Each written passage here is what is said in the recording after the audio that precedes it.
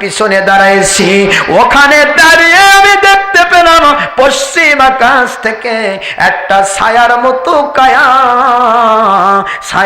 মতো কায়া আস্তিন মুবারক পরে উন্নত মানের পোশাক লক্ষ্য করলাম, কিন্তু মানুষ দেখা যায় না, চেহারা দেখা যায় না।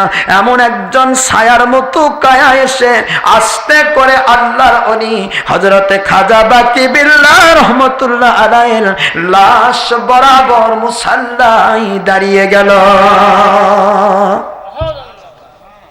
লাশ বরাবর মুসাল্লায় দাঁড়িয়ে গেছে। সময় লাগলো না, অল্প সময়ের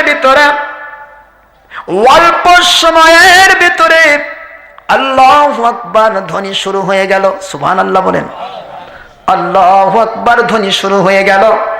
আল্লাহু আকবার ধ্বনি কমপ্লিট করে ডান দিকে সালাম দিয়ে বাম দিকে সালাম দিয়ে এবার লক্ষ্য করে দেখি ওই ছায়ার মতো কায়াটা, এই ছায়ার মতো কায়াটা এটা যেই দিক থেকে এসেছিল পশ্চিম আকাশ থেকে, ওই দিকে আবার উঠে যেতে চায়। সুবহানাল্লাহ বলেন। চলে যাচ্ছে, দেখা যাচ্ছে উঠে চলে যাচ্ছে।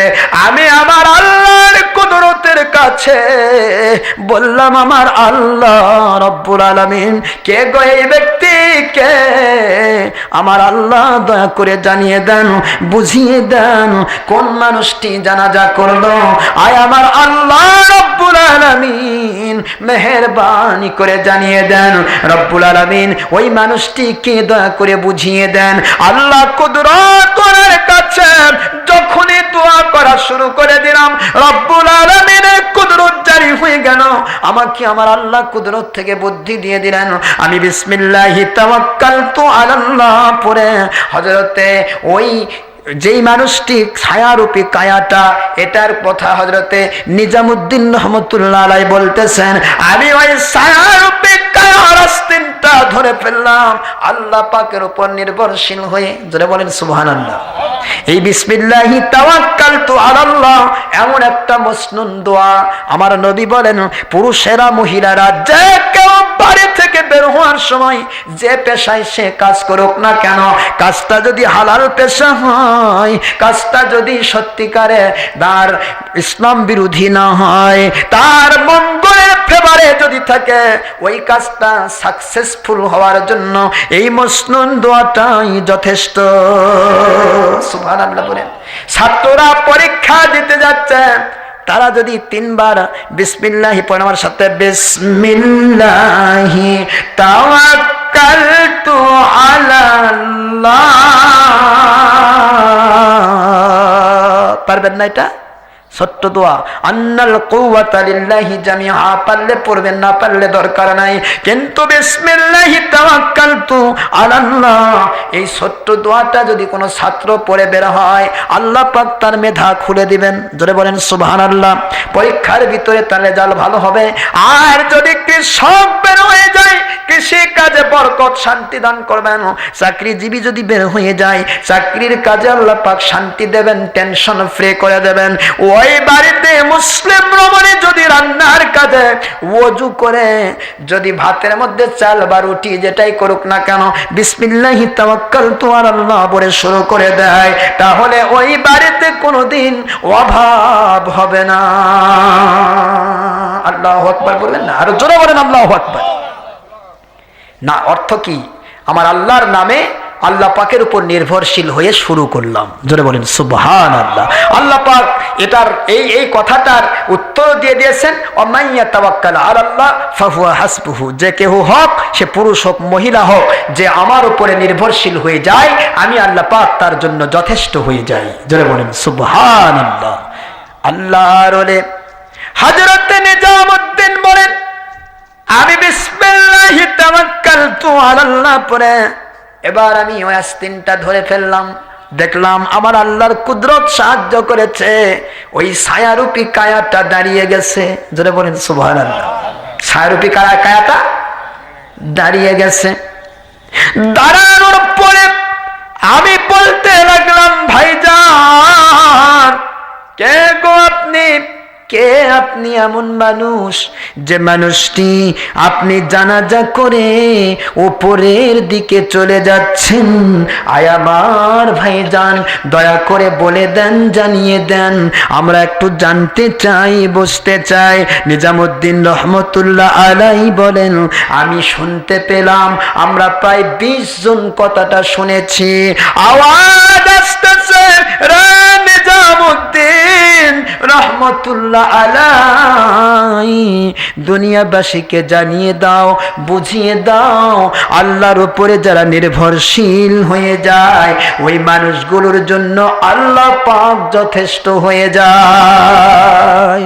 ওগো নিজামুদ্দিন রহমতুল্লাহ আলাইহি, আমাকে ওই ইল্লিন নামক জায়গাতে যখন রেখে দেওয়া হলো, আমাকে আমার আল্লাহ বলে দিলেন, আয় খাজা বাকি বিল্লাহ রহমতুল্লাহি আলাইহি, ওই জমিনের মধ্যে আপনার শর্ত, 3টি শর্ত যেটা দিয়েছেন, এ শর্তের কয়েকজন আল্লাহর ওলি আছে সত্য, কিন্তু তারা সামনে আসার সাহস পায় না, যেহেতু তারা সন্দেহ পোষণ করে, না জানি বাদ হয়ে গেছে, না জানি মিস হয়ে গেছে, যদি হয় তাহলে ওসিয়ত নষ্ট হয়ে যাবে।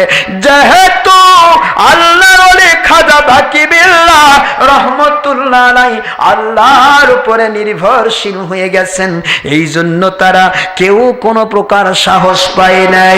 আয় খাজা বাকি বিল্লাহ রহমতুল্লাহ আলাইহি, যেই দিন আপনি আমার উপরে নির্ভরশীল হয়ে শর্ত 3টি দিয়েছিলেন, ওই দিনই আমি আল্লাহ কুদরতওয়ালা জবাব দিয়ে দিয়েছি।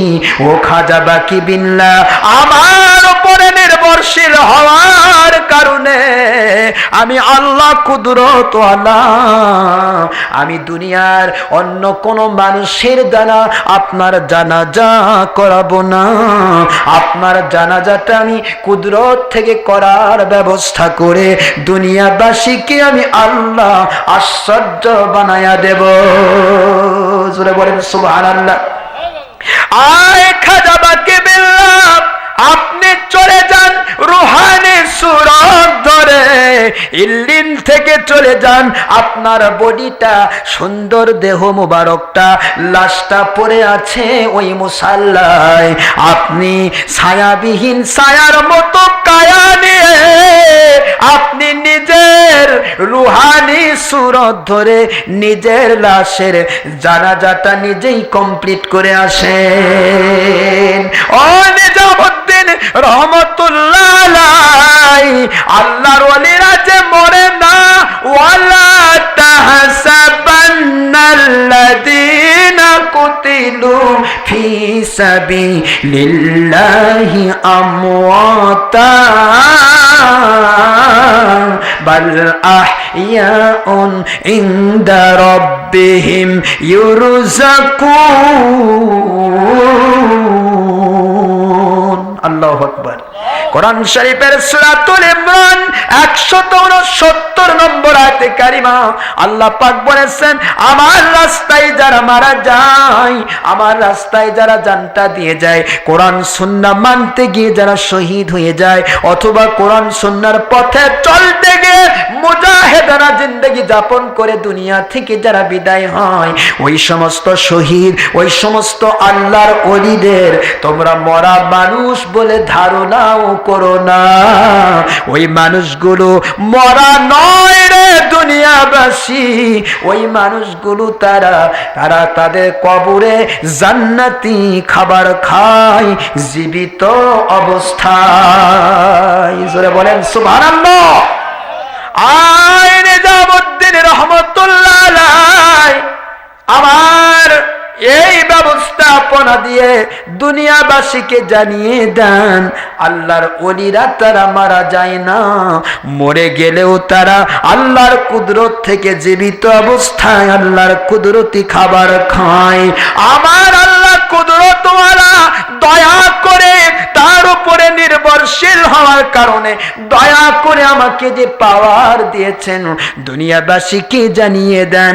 আমি নিজামুদ্দিন রহমতুল্লাহ আলাইকে বলে দিচ্ছি, নিজামুদ্দিন শুনে রাখেন, আমি খাজা বাকি বিল্লাহ আমার রুহানি সুরতে আমার নিজের বডিটা, নিজের মরা দেহটা, নিজের ক্ষণস্থায়ী লাশটার জানাজা আমি নিজেই করে গেলাম।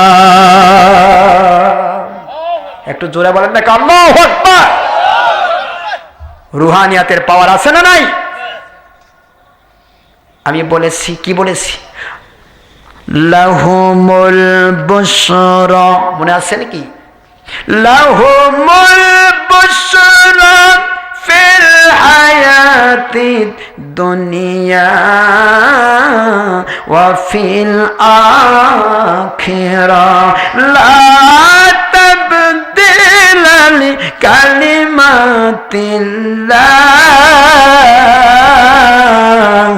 যালিকা হুয়াল ফাউজুল আযীম।